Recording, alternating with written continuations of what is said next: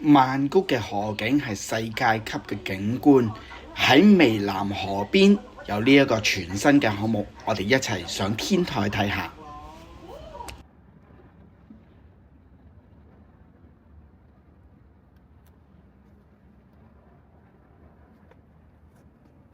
呢個項目最大嘅賣點當然就係河景啦。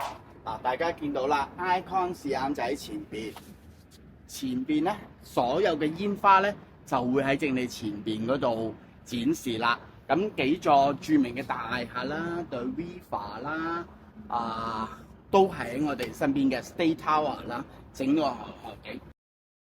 呢個全新嘅項目就係 AP 最新落成 Live 着落漢。咁 AP 嘅項目咧係 always 係公共設施啦 ，co-working space 呢啲咧都係落足心機、落足成本嘅。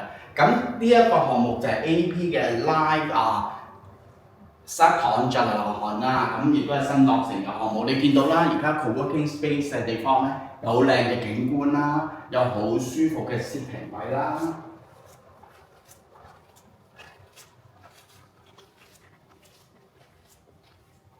咁而家咧新一系列嘅 live 咧 ，always 都會有一個pantry 嘅位置。咁其實咧就可以嗌 grab food 喺度，自己可以喺度做一個簡單嘅 dining 嘅。咁其實都幾好㗎。我哋一齊入 main lobby 睇下。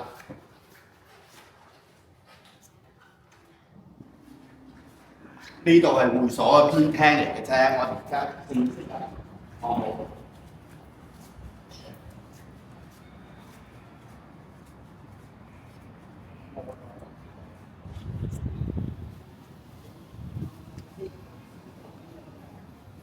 而家咧，我哋正式進入咗咧 Live 室堂着落漢嘅 Grand Lobby。咁你見到啦，成個 design 咧都係好有格調嘅。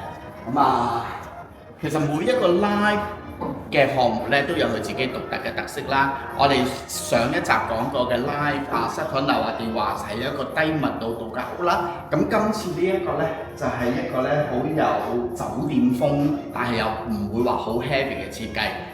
我哋一齊好期待睇下呢個項目。今次 AP 咧喺個項目入邊仲加咗一個好窩心嘅小心思，就喺大堂入邊咧就另外開咗一個休憩室。呢個休憩室入邊咧有2張好靚嘅按摩椅嘅。業主就可以透過個業主 app 咧就可以 book。咁然之後咧就可以欣賞住外邊小公園嘅風和日麗，享受住冷氣喺度靚咁樣瞓一個午睡嗱。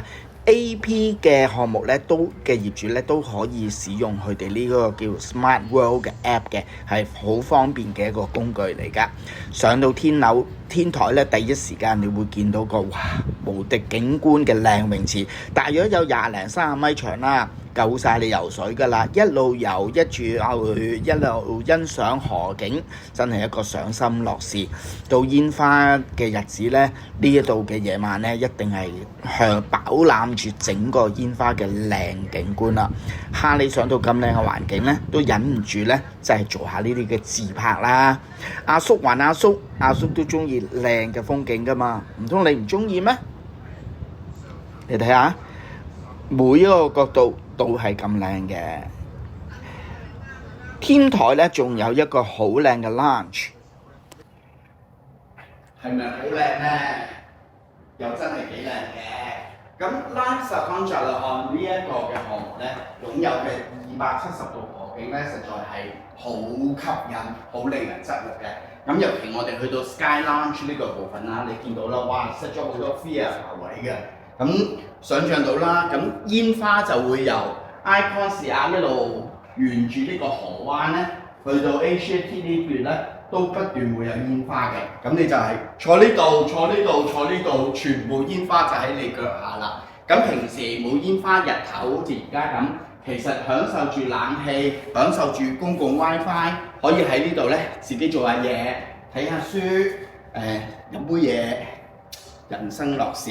咁 AP 嘅公共設施咧，真係無話可説嘅，好似呢個項目咁啦，性價比就真係相當之高啦。咁當然項目始終仲係住喺單位入邊，咁到底呢個項目嘅示範單位係點咧？一齊去睇下。雖然項目只係啱啱開始收樓，咁我哋咧曼谷買樓123咧已經急不及待咧為我哋嘅客人安排緊收樓嘅過程啦，亦都去幫手驗樓。今次驗樓嘅標準咧都相當唔錯，交樓標準都相當唔錯嘅，每個細節位都交得好足。咁項目交吉嘅標準咧就係冇家私嘅，但係冷氣啦、廚房廚具、浴室、洗手間冷氣呢啲一應俱全嘅。